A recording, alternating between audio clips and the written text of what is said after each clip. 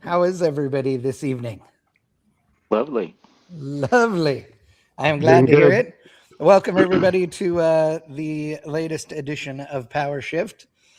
We have the wonderful Rob McGaffin in the house right there, who is on board to give us an inside look into the magazine business in 2026 as we talk about Wheel Hub and their big event, Wheel Hub Live, which you heard us talk about last week when we had Cole Quinnell on Triple B, talking about the Motor City to Wheel Hub Live road trip event that is going on here in May. And so looking forward to it. It's going to be pretty cool. So Rob's going to give us some information about that.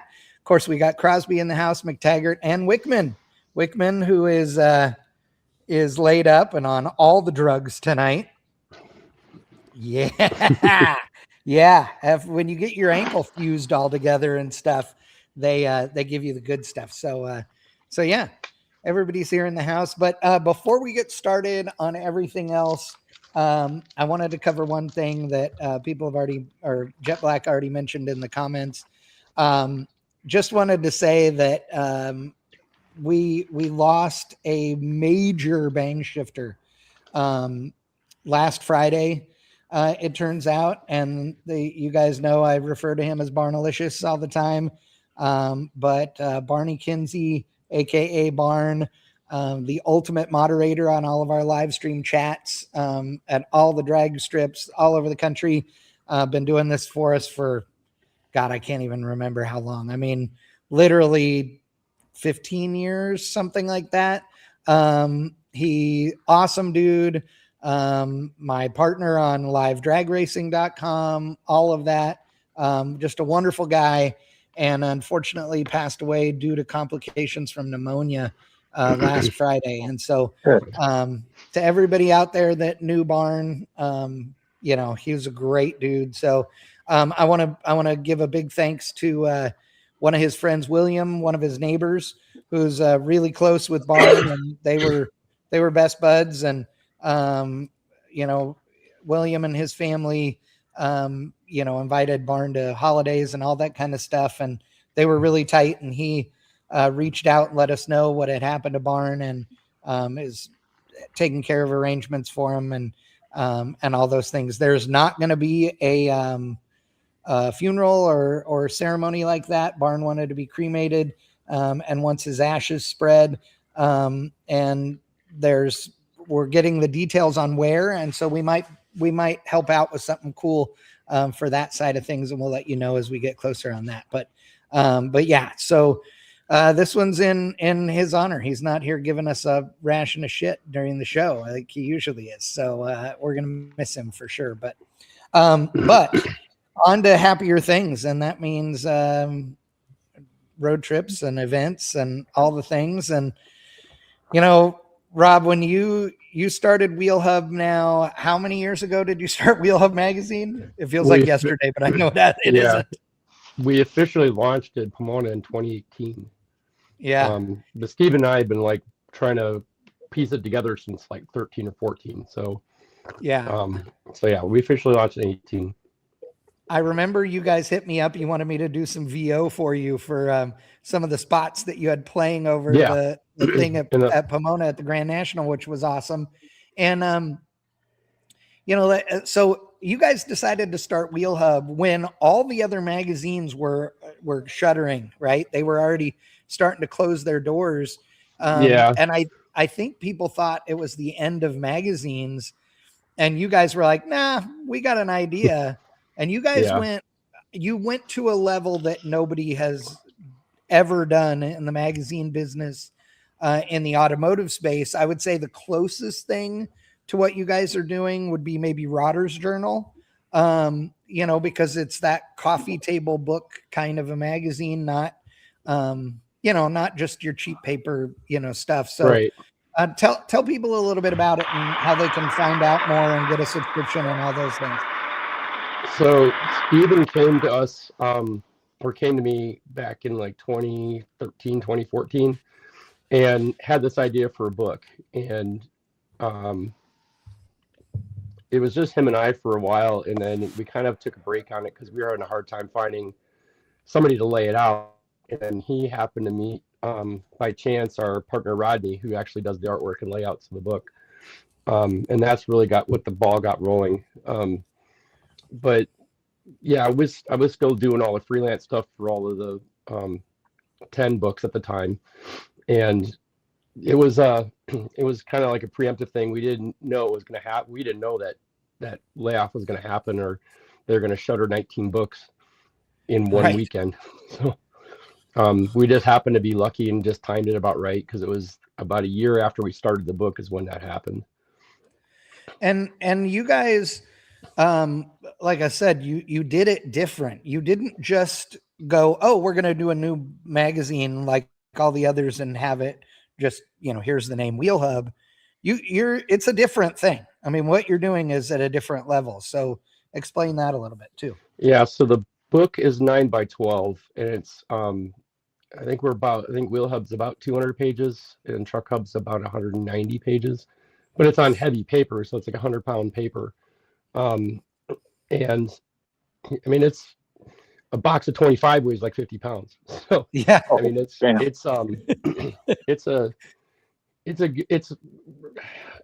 know how to explain it. We did take some cues from Rodder's Journal. We looked at a bunch of European books too, and kind of came up with this. So we kind of wanted to make it like, you're not your typical magazine where you look at it for a couple days where then it goes in the bin. We wanted something that was going to sustain and be looked at over and over again. And luckily it's kind of where it's landed. So. Well, and you've got, obviously you and I have known each other, Jesus, almost 20 years. I was going to say it's definitely more than 15, and it has to be getting close to 20. And when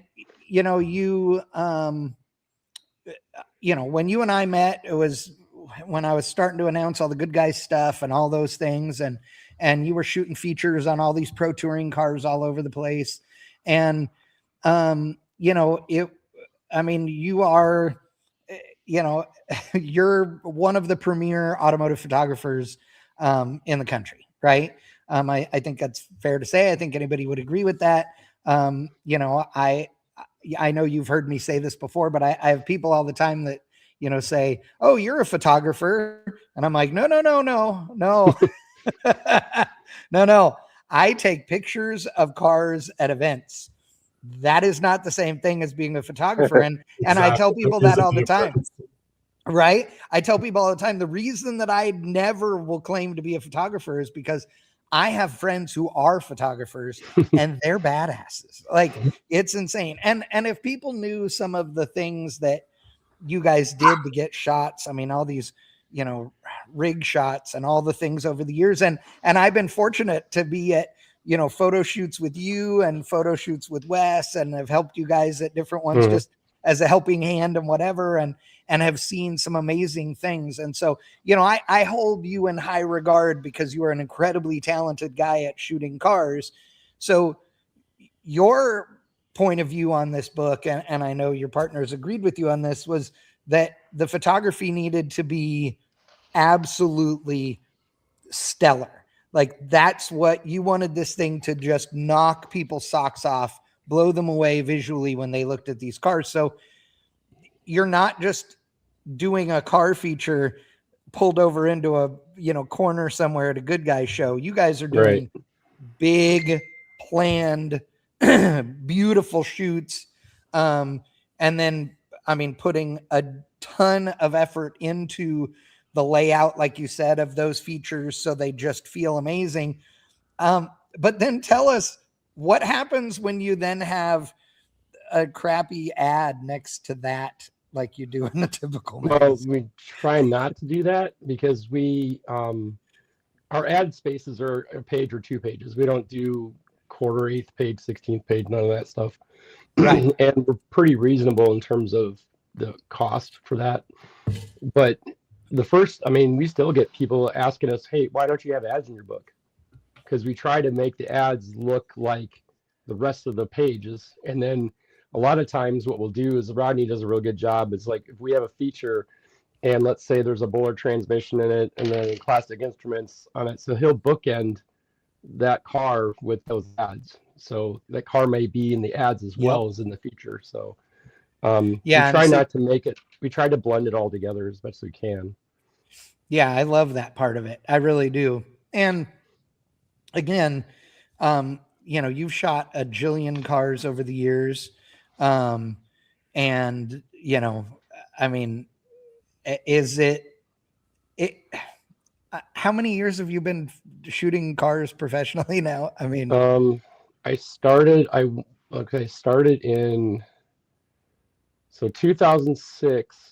I won the Popular Hot Rodding photo contest, and that's how I got my foot in the door. And then from about 2007 till today, basically. So yeah, I was in between jobs at the time when I won that, and I was going to use it as, okay, I'm going to do this until I find a job, and then I'll just use it extra money. Right. Like 18 years later, you know. Right. So I love that.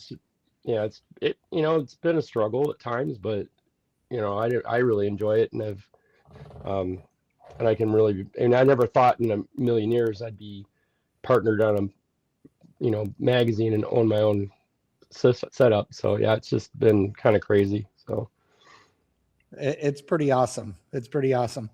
Anybody else have any questions for Rob before we continue? Before we get completely sidetracked, you mean? Yeah, exactly. You didn't tell him how this program works, right? No, I didn't tell him how bad we are at staying on track. But he watched last week's show, so I think he has a pretty good idea. I have an idea. Yeah. So, Rob, can you inform the audience about some of the magazines that you have? So we have Wheel Hub magazine, which is basically kind of anything goes. It's mainly like muscle cars, street rods, hot rods. We actually had a yacht in it one time. We've done motorcycles. Sometimes we'll run trucks, and then we came out with Truck Hub right around the pandemic, and then shortly after that we started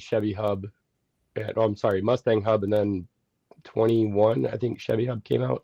So we have 4 titles. The Truck Hub and Wheel Hub are the premier titles. So they're all kind of similar, but like the Chevy Hub and Mustang Hub are kind of more like your typical magazine. There's event coverage, there's technical features in there, as well as car features. But the Truck Book and the Mustang and the Wheel Hub is mainly just feature cars.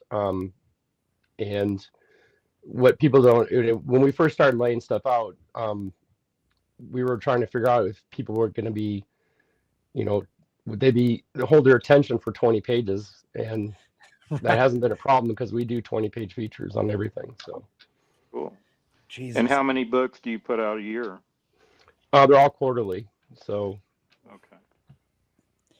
And let me ask you this: does the same staff work on all of the magazines, or do you have dedicated staff for each one, or is it a little mix of both? So Wheel Hub and Truck Hub is mainly just me, Steven, and Rodney. Okay. Henry De Los Santos runs the other 2. Yeah. So Okay. he has his Gotcha. crew of guys that he uses for those. So Yeah. Nice. So I'm gonna throw something up on the screen here in a few minutes to show a couple of things, but you have we're gonna get to the Wheel Hub Live event because that's the big thing that's coming up. But one of the things you and I've been talking about recently, and I was like, how impressed I was with this, was the Wheel Hub Vault. Explain that, because this is more than just a for sale thing. This is a different level of for sale, I guess, the way I'd put it. yeah. So Desi DeSantos, he owned Quadradeuce for a while. Yeah.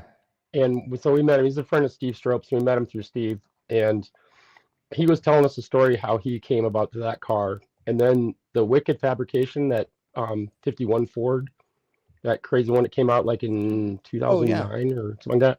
He owns that car now. There. Yeah. He now owns that car and told us a long sort of story about how he came across that car.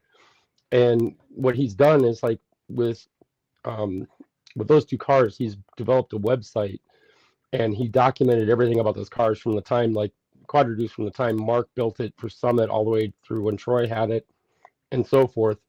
And then so when he sold that car, he sold the website goes with the car. So he's trying to find curators to carry on the different vehicles. Right. So then he approached us about putting together curating these cars for sale, and tried to get them in the right hands instead of just having a loss of ether and not having them be represented correctly. Instead of, like he said, he found Quadradeuce for pennies on the dollar, and it was not as much as it should have been worth, or what it should have been. He should have spent on it typically, but yeah.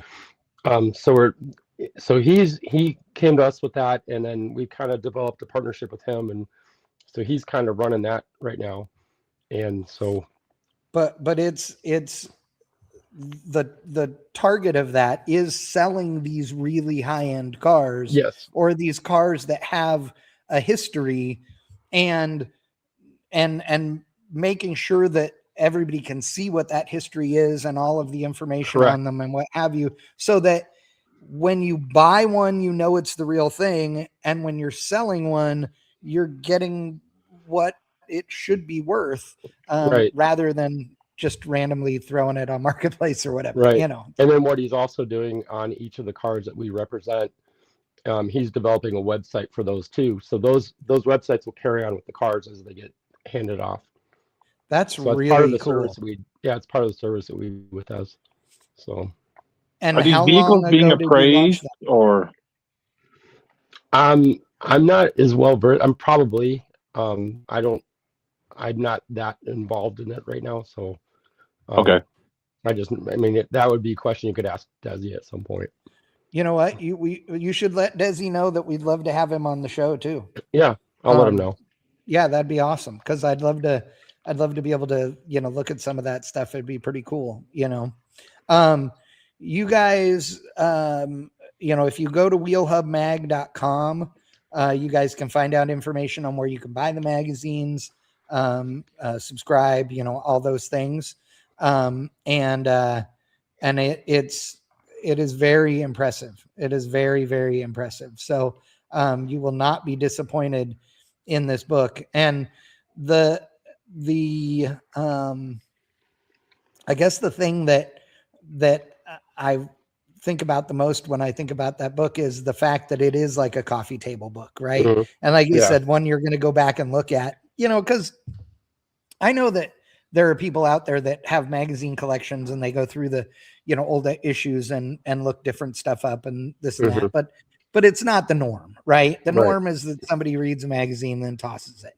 And especially nowadays when the magazines that are out there are a fraction of the number of pages that they were in the 90s and 2000s.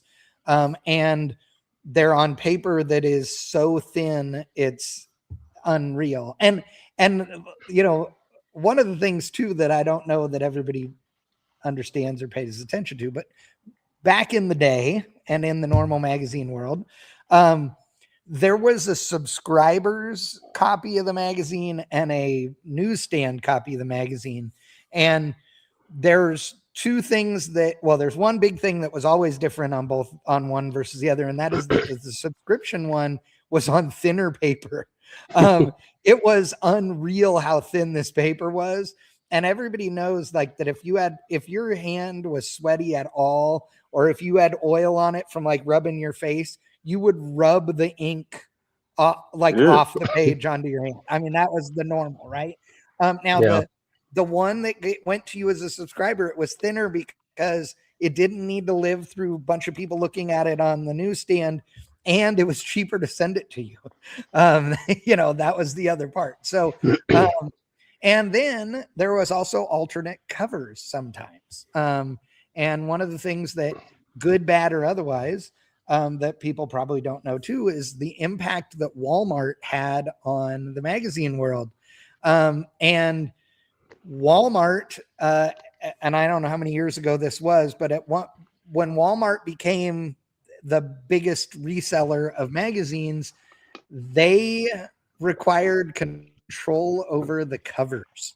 And so I remember very well a lot of magazine publishers where they had to put together the cover and have it approved by Walmart before they could print it. And they didn't want a bikini clad girl on the cover, or they didn't want this or that or whatever. And so there was a lot of different stuff back in the day. And, when you don't have to deal with all of those things, it's kind of nice to be able to do the magazine that is right and do it your way. So I love that part. And then we don't answer anybody but ourselves. So we don't have investors. We don't have a whole board of directors, we don't have any of that. We're just the three of us, and we staked our own money into it and built it up the way it is now. So yeah, I love it. Anybody else have any questions for Rob before we move on?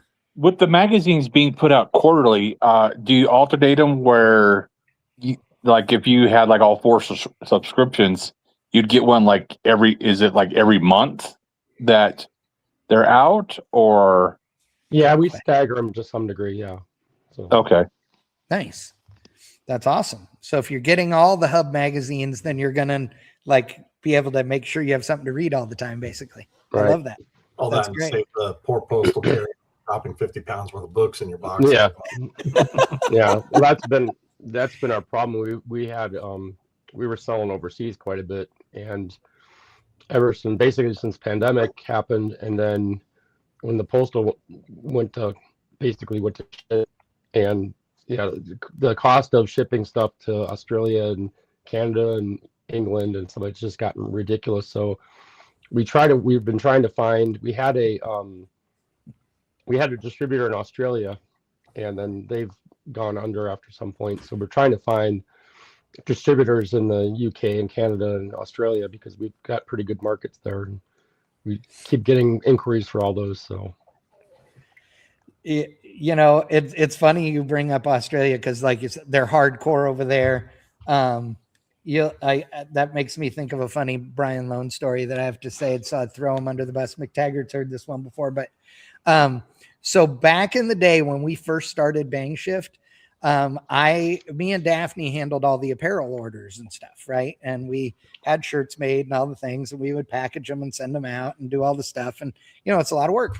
And then at some point along the way, I was doing so much other stuff, and Loans offered for him and Carrie, his wife, to do all of the shipping of the shirts and stuff, because she was staying at home and it'd be a good side gig for her. And so it's like, oh, okay, great. Well, Loans, like, the next thing I know, like, we do a year and we've lost money on shirts. I'm like, what the hell's going on? And then another year goes along and we've lost money on shirts again. I'm like, dude, what the hell is happening here? Well, all of our shirts at the time were, all of our apparel was shipping included in the 48 states. Okay. But if you were outside the, 48 contiguous, then we would contact you with what your shipping charges would be, and we would then do the billing, right? And Loans wasn't doing that, and so everybody on Australia realized, man, we can buy Bang Shift shirts for $20 shipped to us in Australia.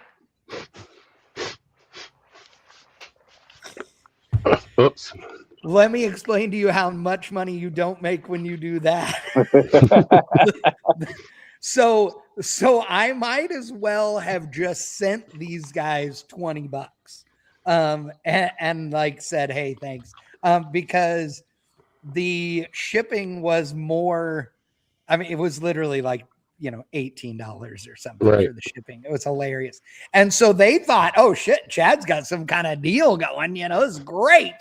So there were more people with Bang Shift shirts in Australia than anywhere else for a few years. It was pretty funny. So, yeah, so I can appreciate the need for Australian hookup. Now, with that said, we do have people that are in Australia that are watching our shows all the time. So Nice. Lose $5 on every sale, but make it up in quantity. Yes, exactly. Yeah. Yes, exactly. So we, if you are in Australia and you want to help out with the shipping of these, let me know and we'll put you in touch with Rob.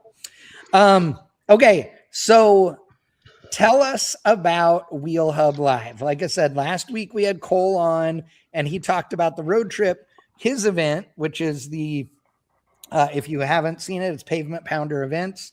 .com.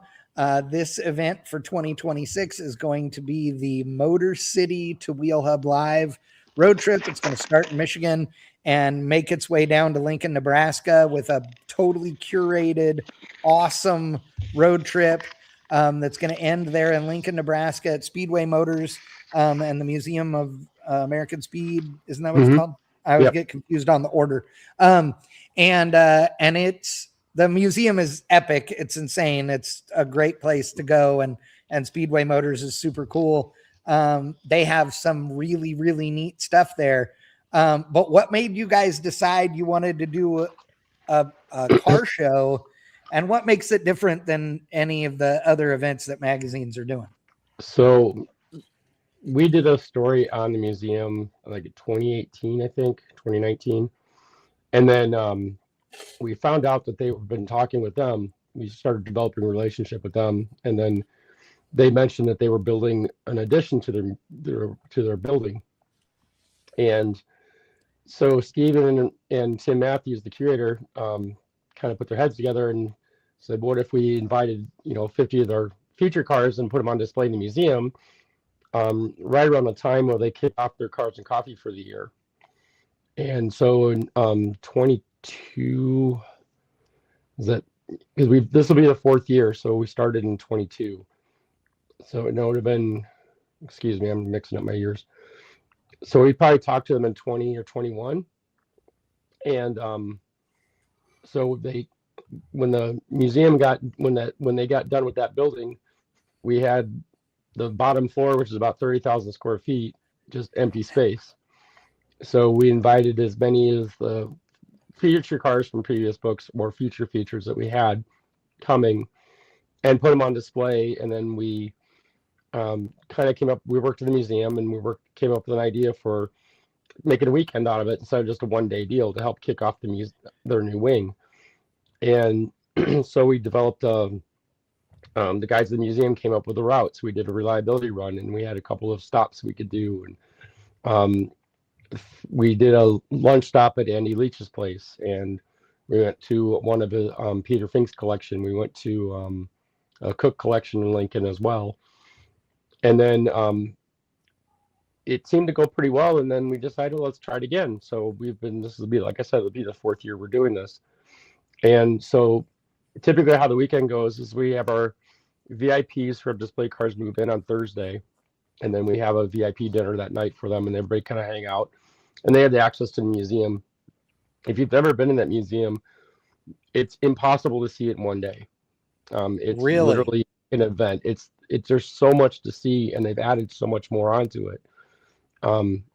And you can't get it all in one day. You'd miss a half of it if you tried. So it's really worth going and spending some time. And what's nice about this is that our VIPs get access to the entire museum for pretty much the whole weekend. And then on Saturday, we do the reliability run on Friday. And we invite, the VIPs are in there, but we invite the public to take advantage of that too. So we have a number of slots that we cap it at for the public as well. So it's kind of cool because we'll have, I think the first year we had about 200 cars, and about half of them, like if we had 50 cars in the museum for our feature cars, about half of those would typically go on the run. So the first year, Troy Trapani bought Mariani's Model A, and that was on the cruise the whole time. He actually drove it awesome. to and from the museum too. Really? From Mantino, yeah. And I love that. So yeah, it's just really cool to have those really super high-end, really well-built cars in line with, Fred, who built his car in his garage kind of thing. So right. So just to have that, and it's just a really low stress, just really, let's just get together, not have any pressure, and make it a fun day. So we usually do 2 stops, and then we have, the last couple of years we've had optional stops after that. So last year we went to the Strategic Air Museum in Lincoln, and then we went to Peter Fink's collection, which he's got a massive car collection.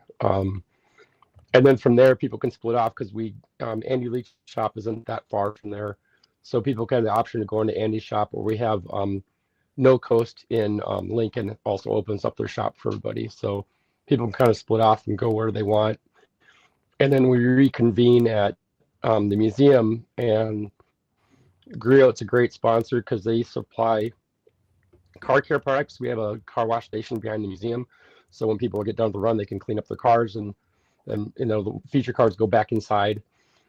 And then we have a VIP, we have a dinner for everybody on the run at the museum as well.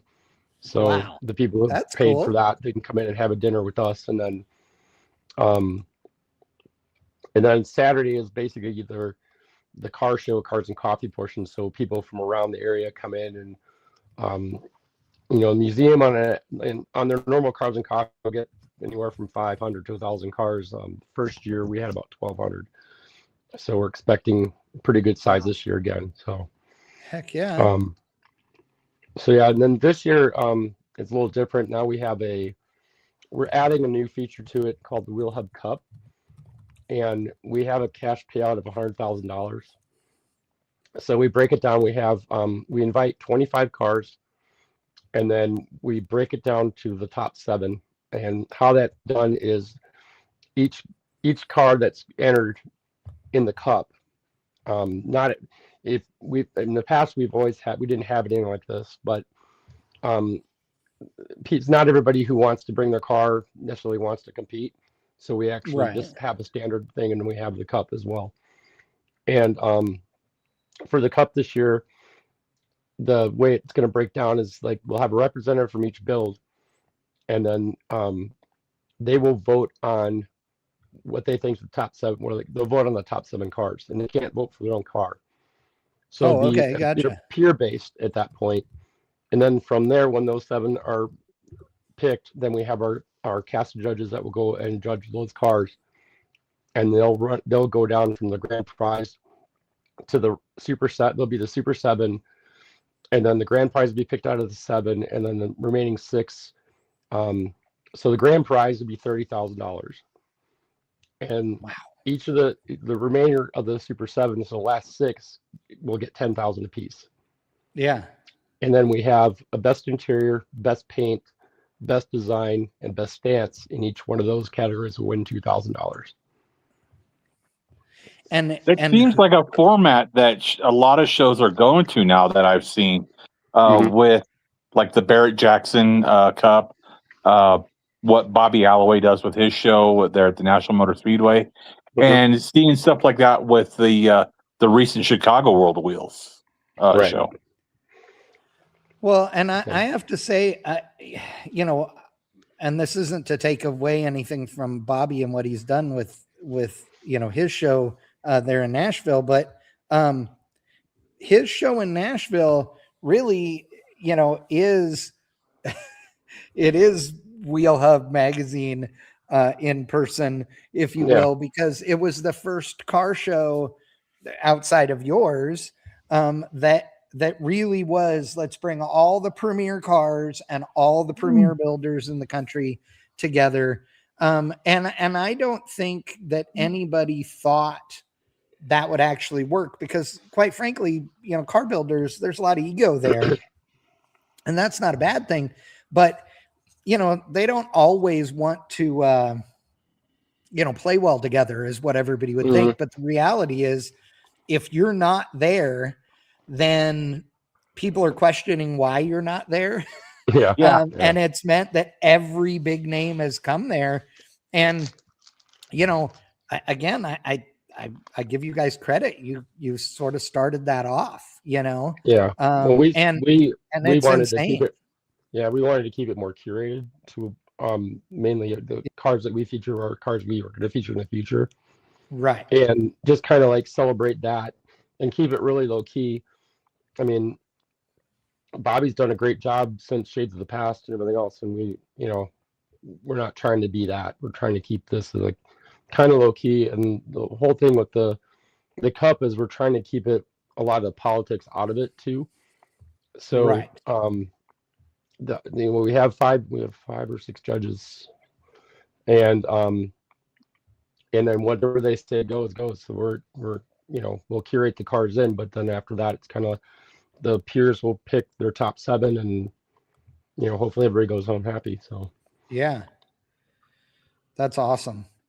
That's one thing I did notice when I was at the Great National Roadster Show, that I was thinking there would be like some type of animosity between like builders, but I'm walking around and I see like Steve Strope talking with Troy Ladd, and Troy Ladd talking with Troy Trepanier, and then Troy Trepanier's talking with Chip Foose, and then Chip Foose is talking with Bobby Alloway. And it's just like, yeah, they're all, I guess, vying for that almighty dollar to build the next best car. But then all of a sudden they're all talking with one another. It's kind of like, it's almost like an inner circle, I guess, with all of them, where they may not be like exchanging trade secrets or something like that, but it's just like, I mean, there's like a companionship between all of them, which I thought was really cool. Yeah. There's competition, but I don't think it's like in your face competition. But right. Well, and I have to say that I think part of that too is that, you know, and I'm just going to make up a number so I'm not insulting anybody, but let's just say that you had 100 like ultra high-end premier car builders in the country, right? That makes the people in that 100 really, really special, because there are thousands and thousands and thousands of car builders in the country, right? So you're in sort of rare air if you're one of those car builders. And so I think that, even though, like you said, there's politics and egos and all those things, I think at some level they also realize that, we're in this small club, and who else are we going to talk to that's at the same level, Right. And you've known a bunch of these guys for a very long time, and so have I. It's really interesting because the personalities of these car builders couldn't possibly be more diverse. I mean, you have guys that are the most laid back dudes, like Troy Ladd. Okay. Troy, I mean, he's super serious about building great cars and doing all those things. He's very particular, but he's just such a really nice laid back dude when you talk to him. Right. Yeah. And there are other guys that are just way more uptight. And I'm not saying it as a negative. I just mean like personality wise. Right. And some of these guys are so humble, and some of them have the biggest egos in the world, right? And and so it is. It's as diverse as the cars, honestly. So it's pretty neat. I have to pinch myself sometimes. I'm trying to figure out how did I get here, because a lot of these guys I've read about and followed for years and years and years. Now, like, walk in the shop and just like be one of the guys and stuff. It's very strange sometimes. I still to this day can't figure out how I got here, but I've been glad that I am. So. Hey, I'm in the same boat. Sometimes I feel the exact same way, and it's cool. I mean, the access that we've gotten to things, but so I have two questions, and I'm going to let all the guys jump off of these. But first, what is there a car that you just go, or a group of them that you have shot over the years that are just some of your personal favorites, like ones you just, like you said, feel like you need to pinch yourself? That's tough. I mean, for probably about 7 or 8 years, I shot pretty much every car that came out of Ring Brothers shop or Troy's shop. Right. And you just don't get, I think one of my more favorite ones recently was probably Dirty Martini that Will Posey built. Yeah. I love that car. And I've had a couple of cars I've been trying to get to. I have this idea. We're actually going to be featuring the Grandmaster pretty soon. Because I wanted to go back and try to take another look at some of the more iconic builds throughout the years. Yeah. And I've been trying to get Chicane. I don't know where it went, but I'm trying to figure out that car. I loved that car. Oh yeah, my God. that car When that car came out, when Troy built that thing. Oh my God. I was working at a photo studio in Downers Grove, Illinois, and my friend Brian Sapp, who was the photographer, had known Glenn Grosich since Glenn started Billet Specialties. And so we used to still shoot a bunch of their stuff. And yeah, he went over to Billet to pick up some pieces, parts for us to photograph. And he came back and told me that Glenn had bought the original car that turned into the Chicane. And then it took me personally about 3 or 4 years after that car was done to actually see it in person for the first time. And that's by far my favorite build that Troy's ever done. I remember things really on that, like the tail light that you turn to pop the trunk, and like all these little things that at the time were like, right. And that car's had a rough history too. Yeah, that's true. That is true. Well, and there's so many cars that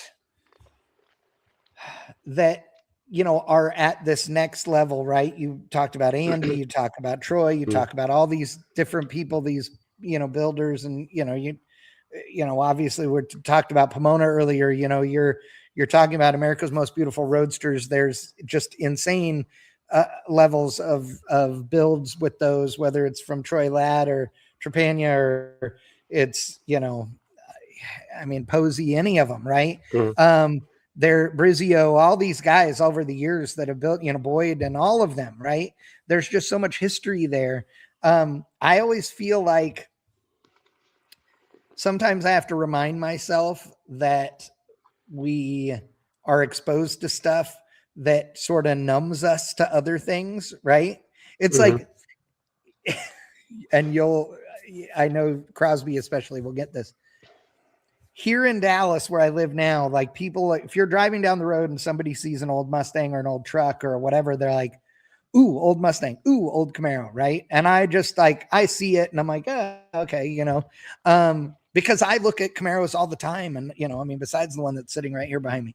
And, I mean, I'm seeing these things all the time. And because when I lived in Southern California, like that, I mean, literally hundreds of times the amount that you see here in Dallas, like thousands of times.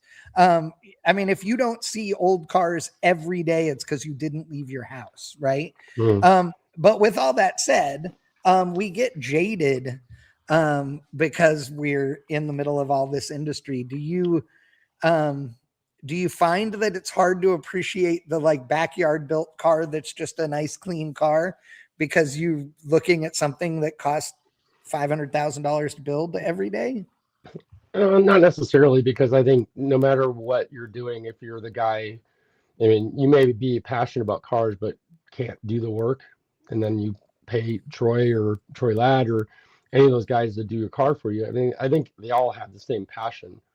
So I think they should all be, treated equally in that regard. I mean, yeah, there are going to be better aspects to it, but what I always found was there's the guys who build the cars at home will look at the magazines and look at the different builders and try to do that on a budget. And we get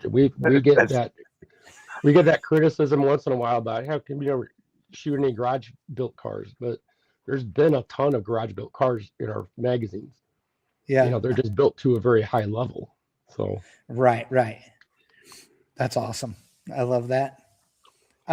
Yeah, because we're all that person. I mean, yeah. Do you still have hot rods at home? Me, no. I sold the Oldsmobile back in 2014, and I did own Nick Licata's 2001 Camaro Black Betty for a little while, and then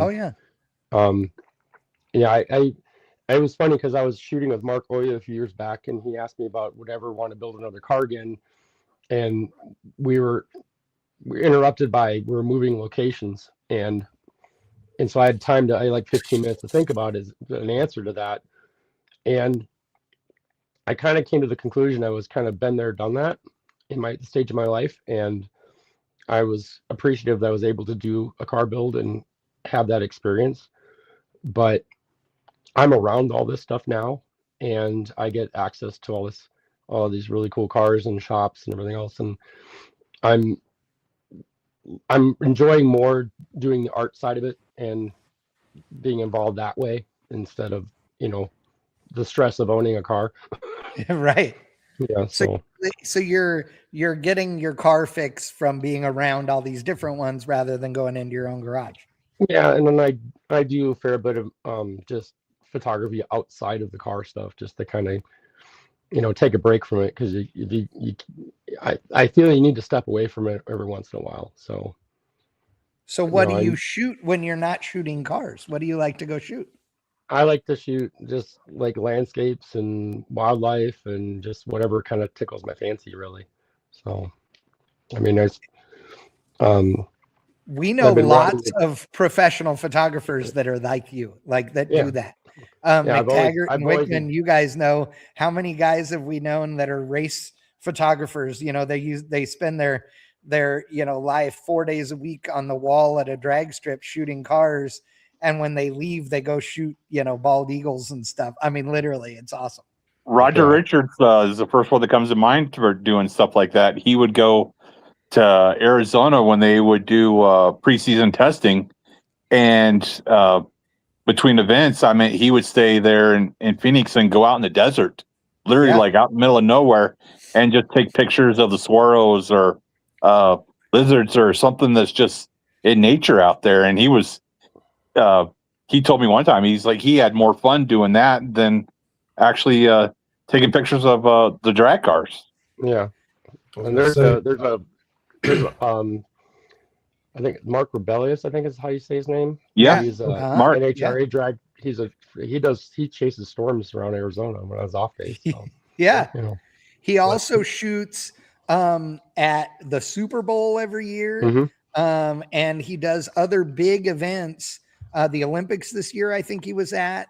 And those, I mean, he does those because he wants to have that experience. And Mhm. I know he's getting paid for some of that stuff too. But yeah, like you said, it's like he did that originally, or at least as far as I know, in like his off time, you know, Right. which is pretty cool. I've got a little story about Mark.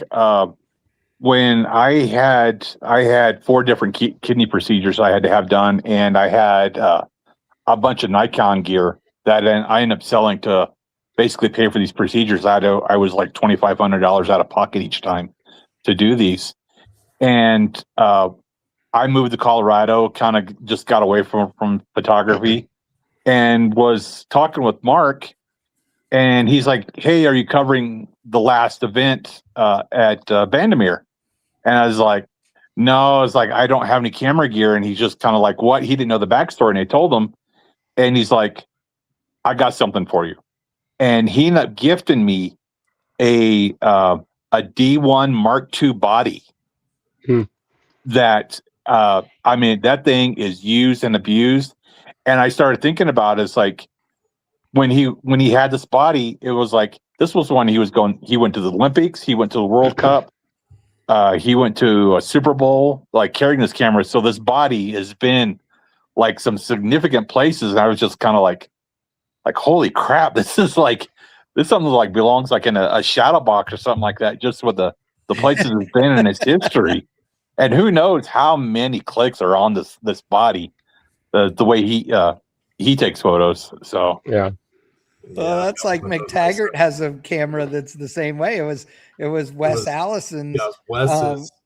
It was a handoff because at the time I was shooting with a Nikon, the tiny little kind of personal Nikon, and it wasn't doing the job. Everybody just called it out, and he gifted me a lens and he gifted me the body. And at the time, I mean, this is Wes Allison. This is when he still had contracts going. Lord knows what that camera saw before I got it. Right. And I've had it since 2014, and I know what I put that poor thing through. And it's only just now to the point where I'm starting to look at replacing it. Canon refuses to give you click counts on that body. I tried. Yeah, because it's so high. Yeah. I shoot with a 5D. I was shooting with 5Ds at the time, and I had a Mark III that I had 3 different shutters in. And wow, they told me that they want the shutters replaced at 125,000 accuations. Yeah. And when they replaced the first one, I was at like 175, 180, and I did that 3 times. So yeah, that's awesome. Mine hasn't been done since I got it. I know that. Yeah. I'm guessing this body that I have is like well over 500,000 with what's been done. So yeah, I love that though. I think that's so cool. And not to get camera nerdy or anything, but what drives me kind of insane on the used market is when you try to throw a camera up on the used market, first thing well, how many shutter clicks does it have? It's like, if it's a SLR camera, who the hell cares? Right. Because it's a wearable part. It's going to be replaced. It's going to be brand new. Nobody cares. Yeah. You know, but they all it's like they're Ferrari owners. Like, you can't drive them. You know. Right. It drives me crazy. They're tools. At one point, I went to a thing or this kind of camera thing that was in Cleveland, and they were offering trades. Bring your body and let's see what we could do. And I figured that was going to be a good time to upgrade. And they looked at me and looked like, "Yeah, we'll give you $80. Yeah, you can get the hell on. That ain't happening." But yeah, I am looking for a lens to go with this body to do. Once I get back to walking again, which I know is going to be like early spring. I want to get out and actually do some get back to doing architecture type photography at night. I just have a fascination with buildings at nighttime and the way they're lit with the lights and from offices and street lights and all that stuff. So yeah, I try to take advantage of weather too, because we have this as I live about an hour from Ring Brothers, and there's a really cool old mill that's on this river that was built back in like 18 something, and it's it's a hot spot for local photographers and stuff. It's a pretty well-known place. And I was trying to shoot it in different seasons, and I went out a few months ago and it just had fog. It was pretty neat. So you take advantage of the weather around here when you can. So Yeah. Well, that's the thing too. Is like I live west of Denver. I'm like in the foothills. I'm actually like 4 miles away from the Vandermeer track. Mhm. But like I like the scenery and all, but it's like this past year, I mean, so far it's like we've had like almost no snowfall. So the mountains are just like brown and bare, and it's just kind of like just like blah. It's like it's not what I want to take pictures of. It's like yeah. want to get the snow and all that kind of stuff. And the Are you just wildlife. trying to be mean to the people that live in the South that are not supposed to have snow, who've had like all the snow Colorado didn't get this year? Yeah, that's exactly what it is. No, he shared it this year. Actually, a little side note: we had what was it? Saturday. Sunday it snowed, and it snowed like 6 inches at our place. Then we went out for surgery. We left. It was 18 degrees when we left to go have the surgery to go to the hospital, and then it was like 53 when we were leaving that night, and then it was like 70 something yesterday here. Yeah, it's just like we got your snow because we had a blizzard condition in Wisconsin, and our area got about between 5 and 10. But northern Wisconsin, just like 2 hours north of us, had 30 inches in 24 hours. Wow. Jeez. So where I'm at, we had hundreds of severe thunderstorms, a few small track tornadoes, and then the next day we had snow because the comedy show at this point, I guess. Yeah. It snowed last night a little bit, and now it's supposed to be like in the mid 70s on Saturday. It's 91 here right now. Oh. And you know what's funny about that, Crosby, is that I'm leaving first thing in the morning to go to Tennessee and for the weekend, and it's going to be chilly there. But here it's supposed to be 98 degrees in Dallas on Saturday. Yeah, we saw that we just happened to click on the Dallas forecast because I was kind of curious what my parents were going to be dealing with, and I was just like, it is too damn hot or too damn early to be that hot there in Texas. So it's over 100 in Arizona right now, and I'm going there next week. Oh, okay. What's interesting about that is that it's going to be so hot in Arizona that the Phoenix national event for NHRA is this weekend. They actually altered the schedule and are racing earlier because it's going to be so hot. Mm-hmm. And they've never had to do that there before. So it's pretty interesting. So yeah, my first year when I lived in Arizona, I lived there for 9 years. I went out there in March. My wife was already out there for her job, and I flew out there, and we were living in Houston, and she went out there, and of course it was like 80 something and 90 something percent humidity. And I go out there and it's just, of course, like the dry heat. And I'm just like, man, this is great. It was like 90 degrees. And it's like, it was into March and people are like, it's too hot. And I was just like, you guys live here. I was like, but of course I got acclimated to it real quick, but I was just like, yeah, I was over all that early heat stuff. So. And Chad, I don't know what you're talking about cold. It looks fantastic this weekend. Well, yeah, it's supposed to be like high 60s or whatever, and then in the 40s. One day, and then it goes beautiful. Oh, it's even warmer than that now? Oh, okay, that's great. You'll land, it'll be in the 60s, and then it goes 70s, and by the time you're leaving, it should be in the mid-80s most. Oh, wow. Okay, nice. Yeah, weather looks good. Nice. I love it. I'm curious, Rob. I meant to get kind of like back onto the cars and all this stuff. I know you travel around. Steven does as well. Is there something that I know you guys have photographed that just kind of stands out from that you just think that this is going to be the it car when it's done in a year or 2 years? Yeah, that was actually the 36 that Troy just finished. I mean, Okay. I watched that thing go together for a year and a half, and I remember being in the shop when Adam was setting it up, and he had part of the chassis done, and everything is in on the frame table, kind of in space, and just kind of watching that car go together, and it's mind-boggling. I mean, and Troy will say the only thing they didn't make was the tires and the block. Everything else was made.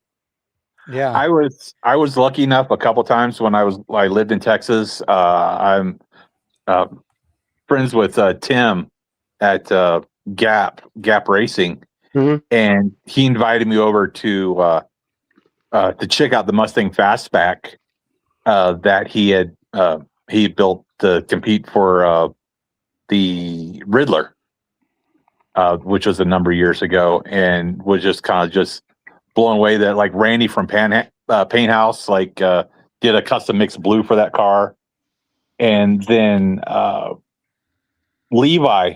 I'm also friends with Levi when he was working for Hot Rods Van Dyce. Got invited in and got to see the 36 Oldsmobile that they did. That was in bare metal. And what's funny is like when Levi, they had that room in the back. Actually, there's Levi's Chevy truck right there. His 58. Yep. But he, while I was walking to the room, he basically says, "Let me see your phone." I was like, "What?" And he's like, "Take your phone out of your pocket." I was like, "Okay." And he's like, "Your keys, your wallet." I was just kind of like, "What?" And he's like, "You can't have anything." I think he was even going to ask me to take off my belt to go in there, just because they didn't want to take any kind of chance of like anything just like brushing up against his car. I mean, it was at that point, I think it was getting ready to go for a paint. And I was just like, that's when I realized like how serious these builders are about when they're competing for a Sloaner car or America's Most Beautiful Roadster or the Riddler or something like that. I remember when Troy had an open house a few years, this is probably 16, 17 years ago. I went down, this is before I was actually involved in the magazine stuff. And I went down there because Good Guys Road was going through there and stopping at a shop. Yeah. And they had a car covered up in the corner. And it turned out that I was there. I know what you're talking about. Yes. But a few years ago, I was at Detroit Speed before Kyle sold. And I went in there in this fab shop, and they had this curtained off area in front of the fab shop, and you could see like little cameras all around the top of it. And I went to dinner with Kyle, and I could tell he wanted to tell me what it was, but he couldn't because he was under an NDA. That happened to be the Huna truck. That's awesome. I never got to see it there, but I mean, yeah, it was. There's times where it's super top secret stuff you don't. Yeah, I was. We went that open house at Troy's was awesome. I was at Troy's for or during Power Tour 1 year when, let's see, we were on Power Tour. This is before I started announcing Power Tour. And we were on Power Tour and Troy was leaving Power Tour to go to his shop for an open house one night that was during Power Tour. And Brett Vocal and some of these other people were going, and they asked if we wanted to go. And so me and my buddy Sean were like, yeah, screw it. We've already been out all the other shows, for the last 3 days. Like, we'll be fine, and we did like the check-in and then over, and ended up in, over there, and they were debuting a 32 Ford, if I remember right. And some other stuff. And they had a bunch of the cars sitting out there, and the access was mind boggling to me then because I had never, I wasn't in the industry yet. I owned a hot rod shop of my own, but I mean, I didn't, nobody else knew me outside of here locally. And so it was crazy because we went in, and me and Sean are walking around looking at everything at this, in the shop. And I mean, my mind was just blown at the work that was happening. I had never seen it in person, like fabrication and fit and finish like that. Because if I remember right, there was one of I don't remember if it was this time or another time, but there was one of Joe Rogan's cars, I think, that they had built for him. That would have been Sick Fish. There you go. It was Sick Yeah. Fish. It was the CUDA. That's right. And that car, it was nuts what went down to put that car together. Because like I'm looking at it going, that's not how the floors were in this thing originally, you know? The most hilarious part about that, and I'm not a Joe Rogan fan, I'm just going to put that out there because I don't fucking care. But that dude was too big a puss to drive his own car when Troy and them built it. He had zero skill to be able to operate that vehicle, and it literally scared the shit out of him. So yeah, it cracked me up. And that's not a gotta get in it and have big balls and drive. It's just like, but dude, if you're buying a car like that and having one built, then maybe you should spend a couple grand and go to a driving school too. I don't know. That would be logic. That's what I thought learning anything is never happened. So, you know, whatever. I had a chance to drive a Troy Trepanier car, and I turned it down just because of the notoriety to this car. I was at the Hot Rod reunion in Bowling Green, and that's when George Poteet was being inducted into the Hall of Fame there, and he had the Torino there. Yeah, and we were talking, and we're sitting in his toter home, and he's like, "You want to drive the Torino?" I was like, "I would love to drive the Torino, but it's just like knowing that what went into the car to build it." And it's like, it's not that I don't trust my driving, it's someone else out there that could be gawking. We don't trust it. Oh, yeah. You should have taken it. You should have done it. Yeah, whatever. Because Troy, I will tell you that I'm with Rob, and the reason I say that is because I have driven a few of Poteet's cars, and he, of all the human beings, I really do miss that guy. Of all of the car guys in the country and in the world, he was a rare breed because the smile on your face while driving one of his cars or looking at one of his cars was what he actually like lived on. That was what mattered to him. I think that's why we hit it off, was because I was just all over his car, and it rained the night before, and the car wasn't covered, so it was sitting out, and it had just all these tiny raindrops on it, and it was amazing seeing this car sit out there in rain.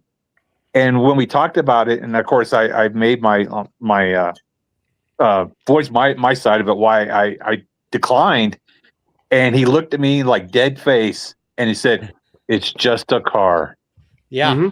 And I was just like, God, like, damn. I've got a couple of quick stories about that car too. Yeah. One of them was when they were assembling that car. Do you know how that body went on? No. I believe it was just a shell and went on like over the floor pan or something like that. Like a model. The way the floor pan was done. They had to stretch the rockers over and then bolt it in on a freshly painted car. Really? I have a shot of the chassis. It was all done, and the floor is in it, and all the seats are in it, and the cage is all in. So they just had to put the body over it. I think I may have saw that photo. That's what I was just kind of like blown away by. Wait a minute. Then it's like, if it's like this, then it's like they just got to drop the body on top of it. Yeah, there's more involved in that, though. Yeah, but the other story was the first time Hold on 1 second. Crosby, go ahead real quick.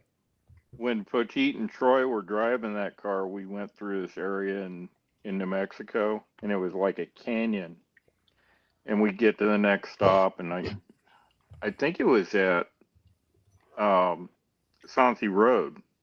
We pulled in there, and Troy goes, "I am never building or driving a car with side exit exhaust again." Poteet goes, I don't know what you're talking about. And he goes, because you're fucking deaf, you old man.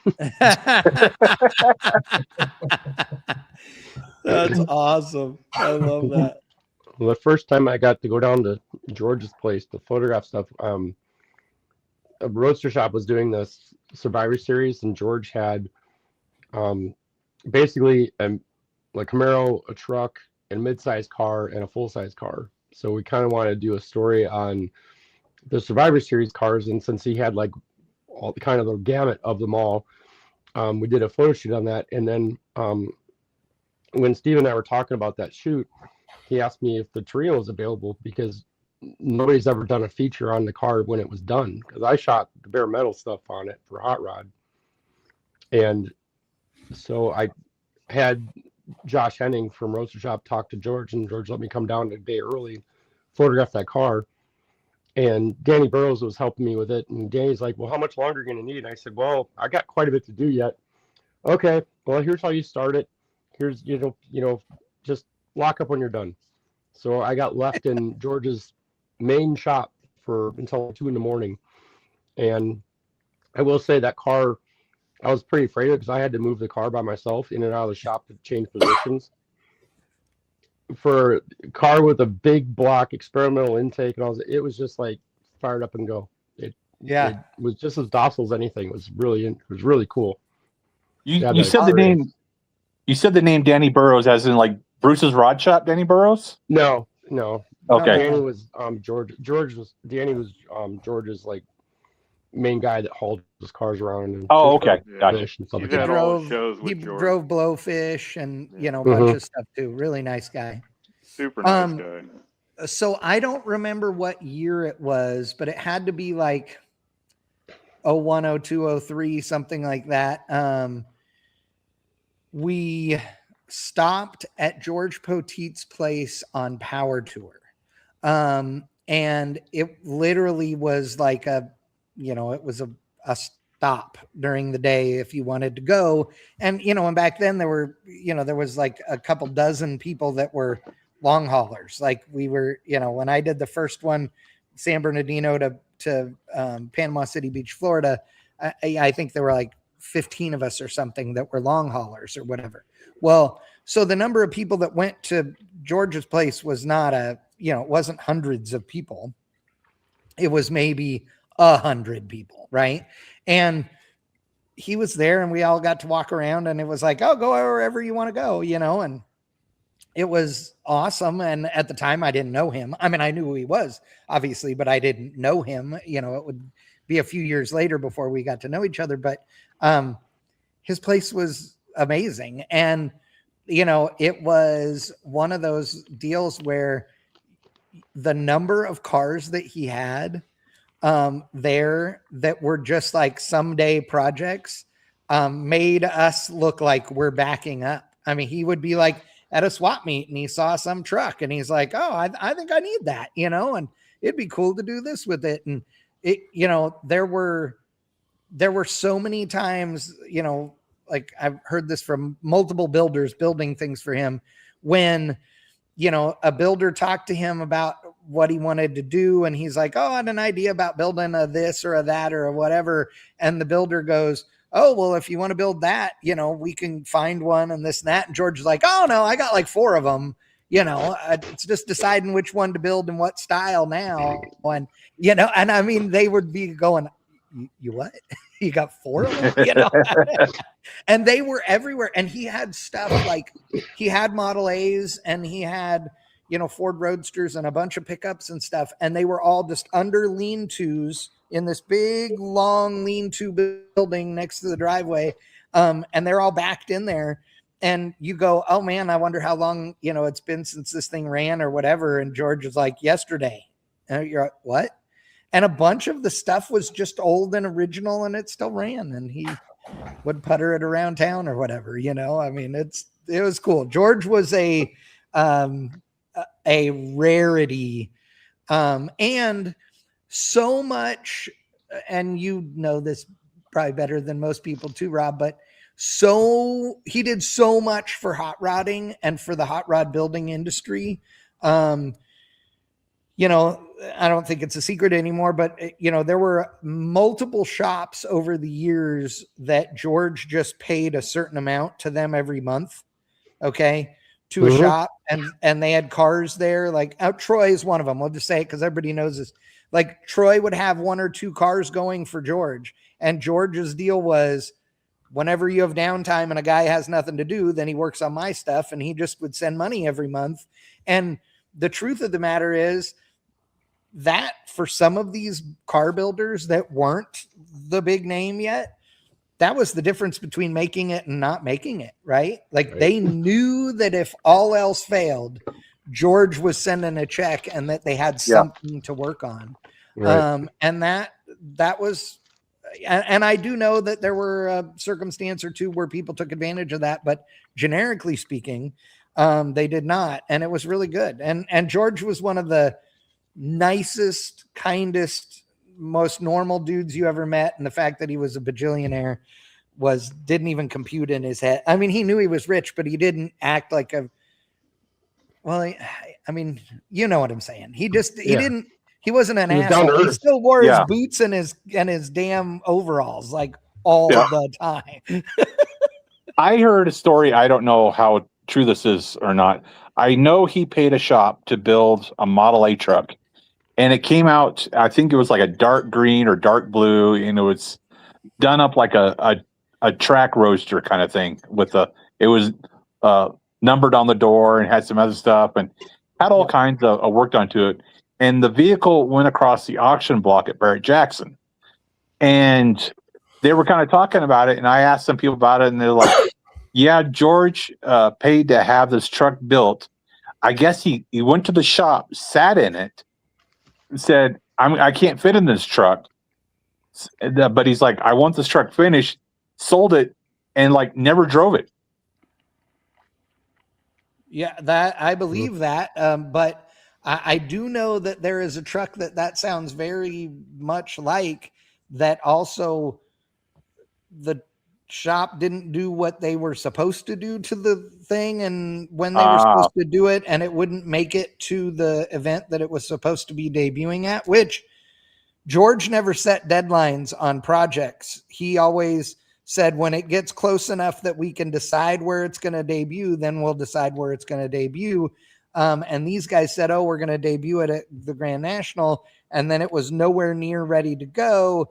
And he had it sent to Troy, and Troy and his guys redid a bunch of several things, made it the way George wanted, and it did make the debut. But so I've heard a few stories of things like that, and I don't know enough of the situation to be any more specific than that, I don't want to talk out of school. But the truck you're talking about went to Detroit. Okay, there you go. Yeah, yep. I know. I was there when they were finishing it. So okay. There's a lot of one car that he had that I won't say which one, and I absolutely loved the car. I thought it was just beautiful, and he didn't like it. He sold it.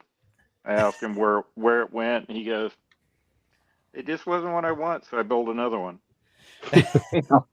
I love that. George was one of those guys that was very very quiet, that's just how he was, but he knew what he liked. He knew what he liked. And I have to say, my relationship with George is different than most people, because yes, I would see George at the car shows and we would hang out and talk and, eat chocolate chip cookies and, at the Roadster show. But the foundation of it was Bonneville, right? Because we were together at Bonneville all the time. And there were many times when he would finish a run and I was at the 7 mile taking photos as he would come through the finish line. And so there were a bunch of times where the first person to get to him after a run was me.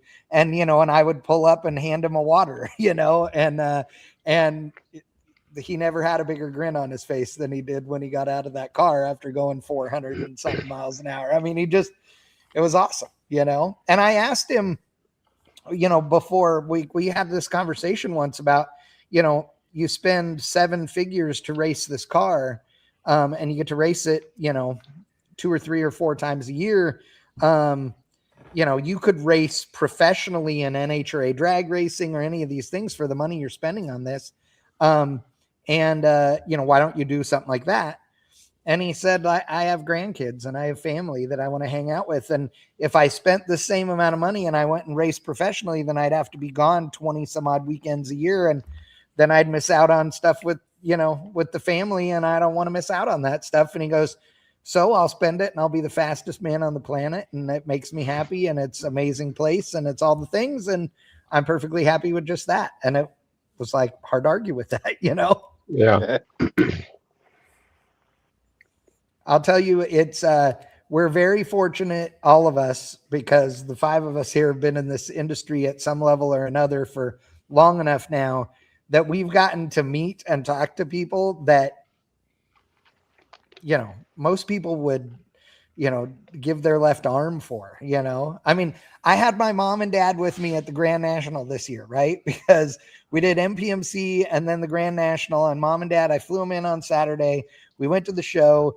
And then on Sunday, we went to LA and hung out for 5 days and had a great vacation and just enjoyed ourselves in Southern California. And, I introduced mom and dad to a bunch of people and we sat and talked, like Randy Lorenzen, we sit there and talked to him. Mom and dad were wandering around when you and I were talking, Rob. And I introduced them to whoever it is that came up and said hi to me. And, they didn't know most of these people, right? But my mom was laughing about it afterwards because she's like, okay, so how big a deal is that guy we just talked to, And I go, he's a pretty big deal. And she go, oh yeah, well, I noticed how many people were looking at us having a conversation with him. And it was like, they're looking and going, ooh, that's Chad from BangShift. And ooh, that's Randy, or ooh, that's Rob, or that's Troy, whoever, you know what I mean? And it makes me laugh because they're just our colleagues and our friends, but they're a big deal. I mean, I still pinch myself sometimes getting to hang out with some of these people that I go, God, who would have guessed 25 years ago, 30 years ago that this would be where we're at. And it's the same story for all 5 of us. That's just pretty cool, Well, that's what it was like there at the Roadster show. You were walking through and we happened to bump into one another. Yeah. And then Tim Strange walks up, and there was someone that was with you or Tim. I forgot who it was. And it was just kind of like, I stuck my phone up in the air and just kind of did like this selfie sort of thing. Yeah. And Rob, I customize Hot Wheels. And Tim is like really big into vans. And I had a couple vans for a couple builders at the show that I wanted to personally give them. And I hand this like van to Tim, and he just like holy crap, like this is freaking cool. Oh, and then walk off, and someone came up to me, he's like you're friends with Tim Strange? And I'm like, I wouldn't say friends. I was like, but we like bump into one another at shows and just kind of say hi and just a Even mutual respect. Tim's friends don't like to say that they're Tim's friends. So Yeah. It's like this year I had the privilege of handing an award to Gabriel Iglesias at SEMA. My highlight is still working, or not working, but being able to sit in Ryan Falconer's shop, his personal engine shop that is very well hidden from the world, where he's got a spare V12 block that he put into a Corvette decades ago. He's got these one-off V6s. He's over here polishing something that looks like jewelry. And I'm just allowed to sit here and watch this master at work. I'm hoping to actually go back this year. That would be. I'm really looking forward to coming to Wheel Hub Live. Like I realized that I think I can make that happen. Rob and I have been talking about it, and we're going to definitely, regardless, there'll be coverage from the event on BangShift, but I'm hoping that I'm going to be the one that's there to cover it, because I just think it would be great. And if I can do part or all of the Motor City to Wheel Hub Live, road trip as well, it'd be great. But I'll tell you, one of the coolest parts to me about the whole thing is how many builders like you said, are all close to there too. Like Andy Leach and those guys. I mean, I see Andy and them at Bonneville, and their race cars are as nice as their show cars, which is insane. But they're they're such nice people. I mean, all these different guys. I love it. I'm looking forward to being able to go and look at some of these things. And there's cars that I've never seen before other than in pictures that I can't wait to see in person. So I think it's going to be awesome. I know one of my trips to the VA hospital is like right down the street from Tom Stark shop in Denver. And I was heading home. It's like, I'm going to just stop by real quick and just kind of go in, say hi. And they had a C10 that my friend Keith, which is actually his dad's shop, is where I'm keeping my OBS truck right now. Oh yeah. And they were working on a 64, 65 C10. I forgot what exactly year it is, but the work that is in that thing is just mind blowing. And they just sent it off to paint this past week. And I'm really curious about how that one's going to come out. But my friend Keith was telling me that he had like over a year just in metalwork on that truck alone. And the guys there, they had the 49 or 50 Merc they had at one of the Wheel Hub events, I think 2 years ago. 2 years ago, bare metal drag and drive type car. Yeah. One of the things I think that's interesting nowadays compared to, back when we're talking about, visiting Troy's place and stuff, is that YouTube has changed the world, not only by everybody being able to learn just about anything on YouTube, but also because there's all these builders nobody would have ever heard of before. Or if you weren't in the know, you wouldn't have known. I mean, Mike at Cornfield Customs and all of that. I mean, that dude is a metal shaping master, and there's so many that you just never see. I mean, the Stout Metalcraft lady that's doing that Toyota Stout in Australia is just that thing, yeah, unreal. All of these people that you wouldn't know otherwise, and realize that there's people out there building cars at an insane level that, again, would honestly never get any real attention for it outside of something regional before, because if they weren't building a car for somebody that was going to tour it around, then nobody would know how nice it is except the people locally that got to see it, and that part of it's pretty interesting, That's what I thought was funny was, I think it was you, Chad, or she said it, that she was trying to do as much work on the truck as possible so that she had continuous content on YouTube, because she had a kid. Yes. And was down for taking care of the kid, but made sure she still had content coming out for everybody while she's basically, birthed her child and taking care of it. Yes, and that they started out on a a dirt floor in their shop. And I mean, she was building this thing on a dirt floor shop forever because it was like the back shop. Like, this was her side project, and learning to do all this stuff. Well, with her husband, partner, whatever, who also is a builder, but he's not in any of the videos hardly at all. It's her, doing this, and it's nuts how talented this woman is. I mean, it is insane, and I love it. So you may need to go to Australia to shoot this thing, Rob, because it is that level of wow. Well, that's what I'm kind of curious about the truck, because I realized the truck is going to be on hydraulics, and then the truck sitting there is on like some type of 14-inch wire wheel, and I'm like, I gotta respect the build, but it's kind of like that kind of craftsmanship. But it's like, hey, it's her truck, it's her build, but it's like, the metalwork on it again is just, I don't know phenomenal. What wheels it's going to end up with, but yes, it is, like you said, The rollers it's got on it are wires, so I guess we'll see. But yeah, it's I would say it's cringe, but it's just kind of like I would like I just like wires. I just don't know that they fit the style of that truck. Yeah, exactly. I think that's what it is. Crosby loves wires. Oh yeah, he's in Ontario. That's all they have there. Everything in his shop right now has forge lines on it. Oh no, there are things on wires. They're just two wheels. Yeah. It's just the motorcycles that are on wires. Oh, One set well, of that's them awesome. haven't been on the ground since 1973, but yeah, that's true. Yeah.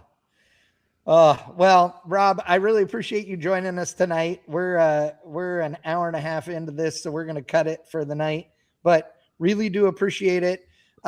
If people want to come to Wheel Hub Live, do they need to buy tickets ahead of time? Is it free? What does it take for them to come and get in and see the show? If they bring in a car to the Cars of Coffee, then they'll usually get a free entry into the museum. Nice. They're welcome to come to the show. I believe there is a discounted fee for the museum for the day, if they just come as a spectator. But yeah, we usually give out free passes to people who bring a car into the Cars of Coffee on Saturday. So nice. And then we have if you go to the Museum of American Speed, on their events page, they'll have registration for if you want to participate in the Red Billy Run or whatever, you can do that as well. That's going to be open for another month or so. And again, it's May 21st to the 23rd. It's in Lincoln, Nebraska. The main show is the 22nd and 23rd. The move-in for our VIPs is the 21st. Okay, there you go. So, and if you haven't been to Lincoln, Nebraska before, Lincoln, Nebraska is cool. Pro tip, if you go to the Cornhusker Motel, everything's Cornhusker there because it's the Cornhuskers. But if you go to the Cornhusker Motel, they don't like it if you ride the stairwell all the way down. It's got a big spiral stair thing. If you ride that all the way down, you end like in front of the lobby desk. They frown upon that. I can tell you that for good note. Absolute certainty. Yeah. So I think that's the same weekend as the the Seaton show in Moab. Oh, maybe. I'm not sure. I have to look at the dates, but I know me and another guy were talking about going over to Moab for that big truck show. Nice. Well, again, Rob, we really do appreciate it. If you go to wheelhubmag.com, you can find out more information on the magazine. You can buy back issues. You can buy swag. You can get more information on the Wheel Hub Cup, which again is going to be $100,000 cash payout. Rob apparently won the lottery and he's wanting to spread the money around. So grand prize is going to be $30,000. The Super 7 runner-up finishers will get $10,000 each. Best engine, best interior, best paint, best design, best stance will each get $2,000 for the win, and it's going to be peer reviewed for round one, and then the finalists are all going to be judged by a cool group of judges that include Steve Strope, Scott Sullivan, the godfather of Pro Street, of course Steve Strope, one of the godfathers of movie cars, and just cool stuff in general. Although I want to give him a haircut so bad I can hardly stand it. You and me both. God damn, dude. Yeah. Let's cut it off. I'll do this. I'll let Steve Strope shave my beard off if I can cut his hair off. Right. And if we can raise some money for charity or something along the way, I'm in.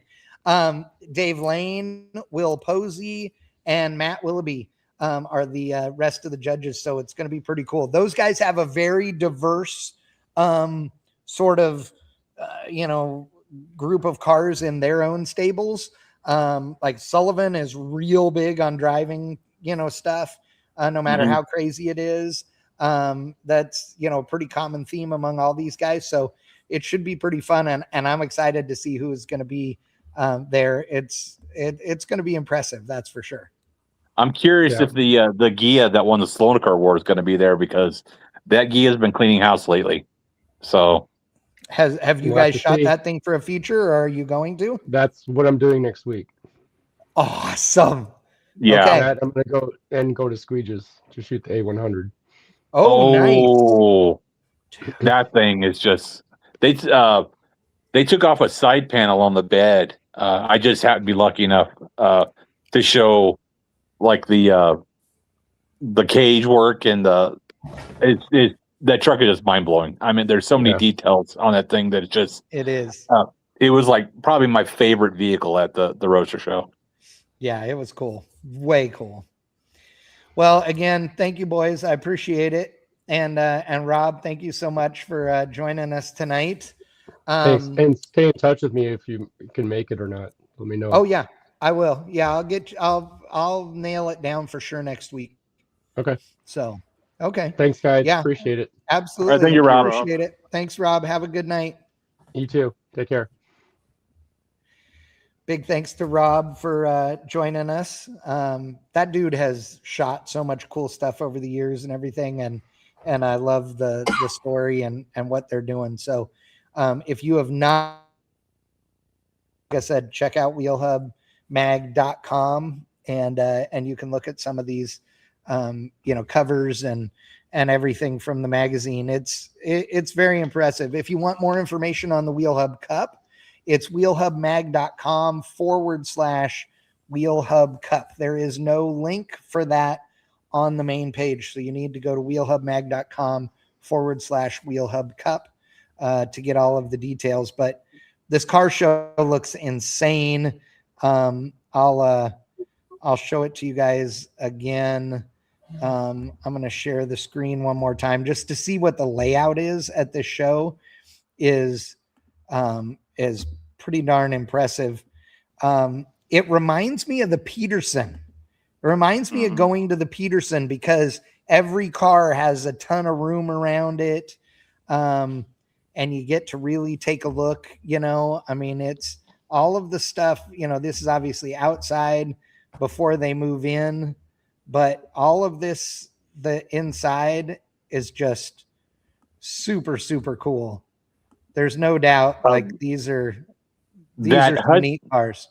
That Hudson truck, the first photo you showed, I have a funny story about that truck.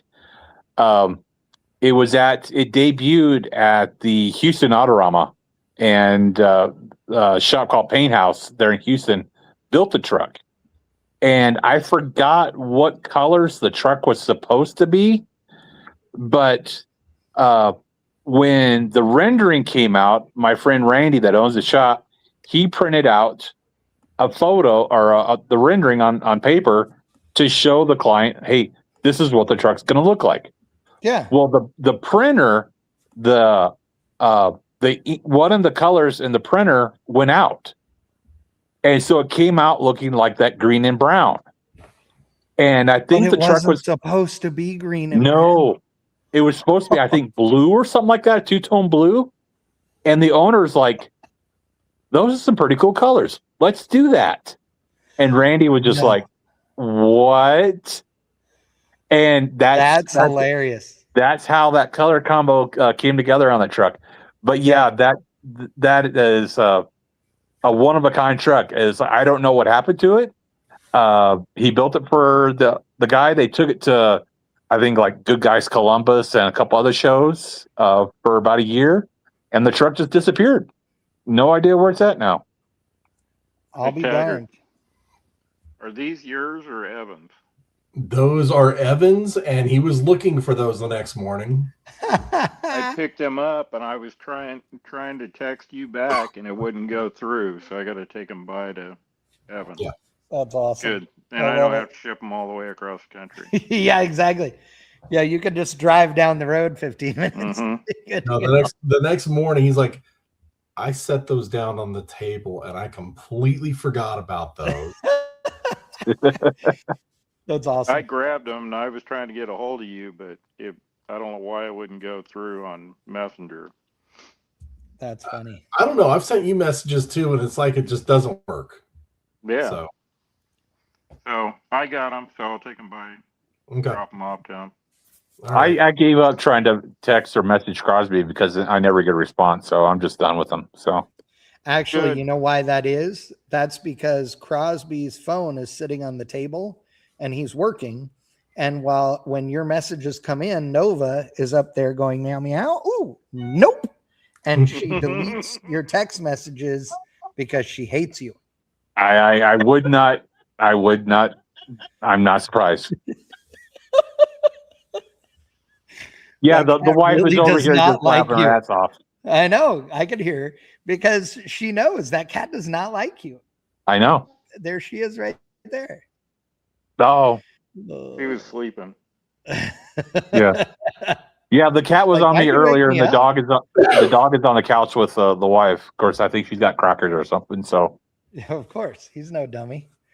All right. Well, appreciate all you guys for tuning in. And thanks, guys, Yeah. as always. We'll be back in 2 weeks for another episode of PowerShift. And I'm working on a whole bunch of cool people to be on the show over the entire year here of 2026. Got a bunch of people on the list. So if you guys have somebody on that you guys want to see and that we should have, make sure you let me know. And all of you guys that are out there watching, if you have a suggestion, hit me up, chat@bangshift.com, or message me on Facebook or whatever.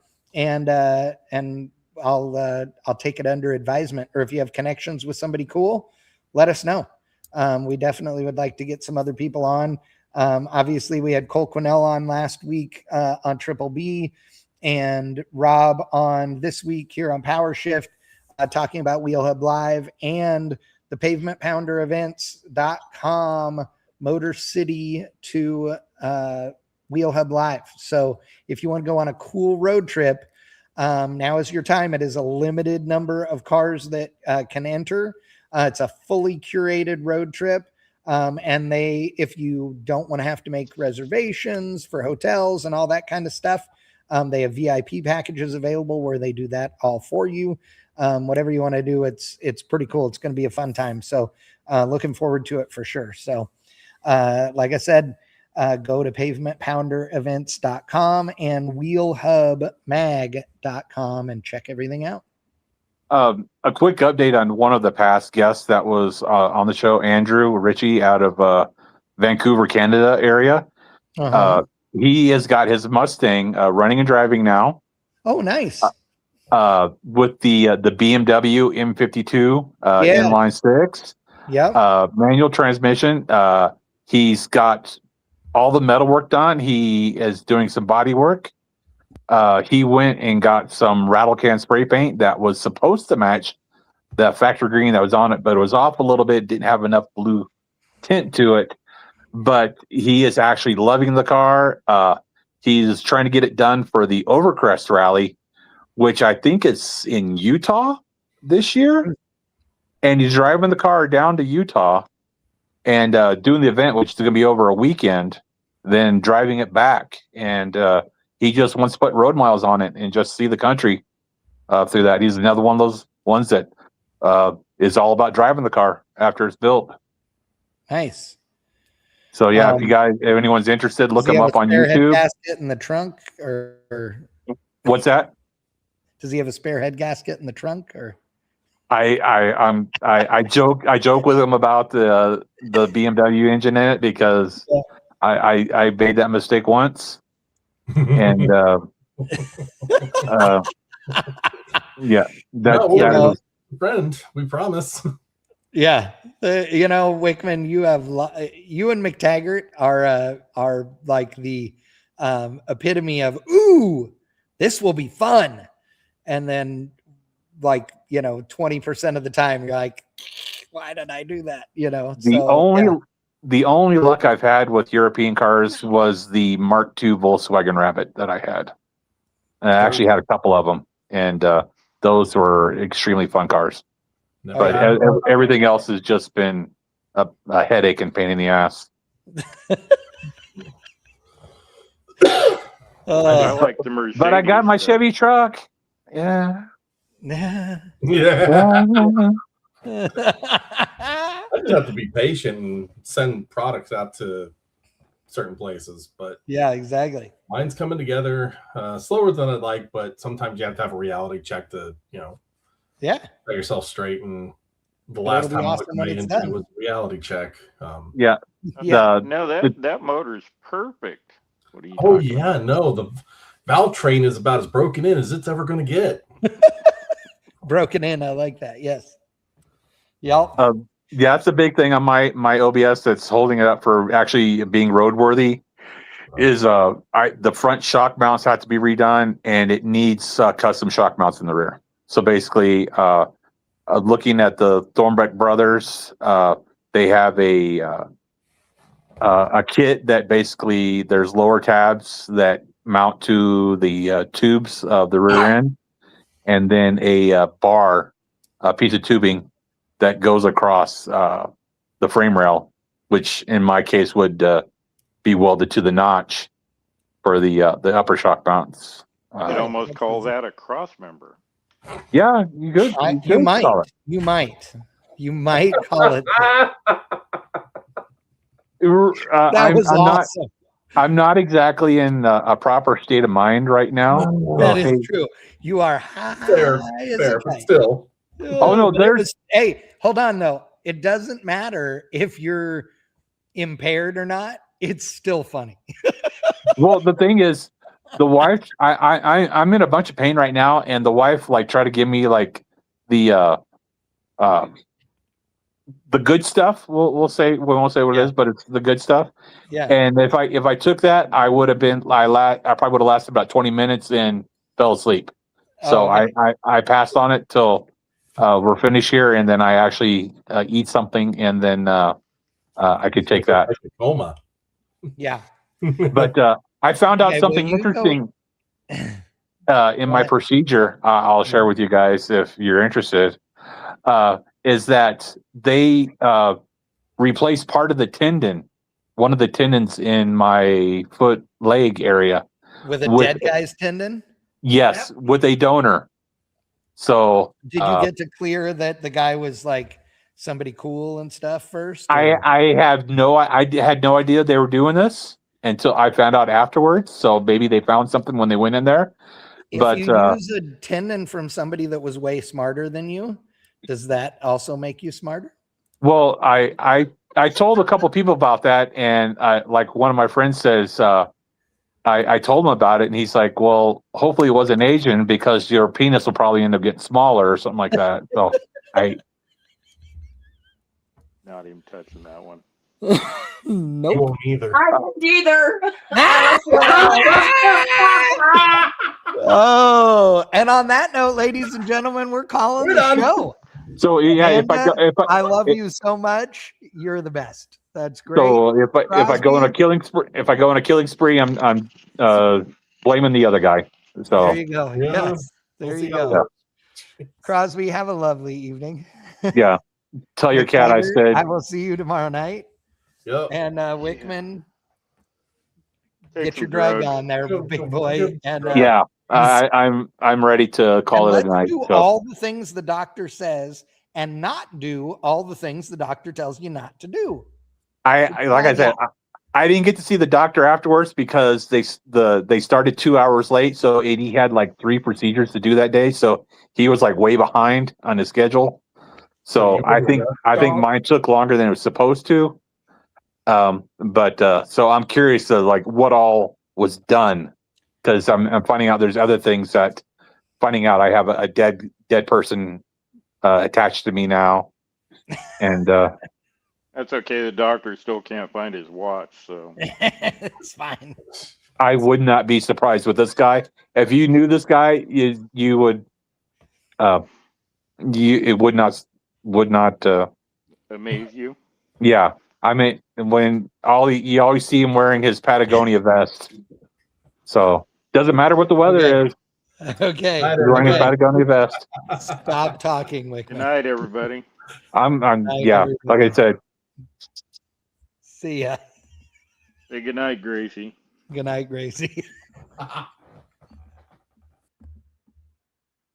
Good night, everybody. We appreciate you tuning in. And, you know, hey, the show was going way too straight and narrow and all good. And now there went the rails. We appreciate you. See you next time.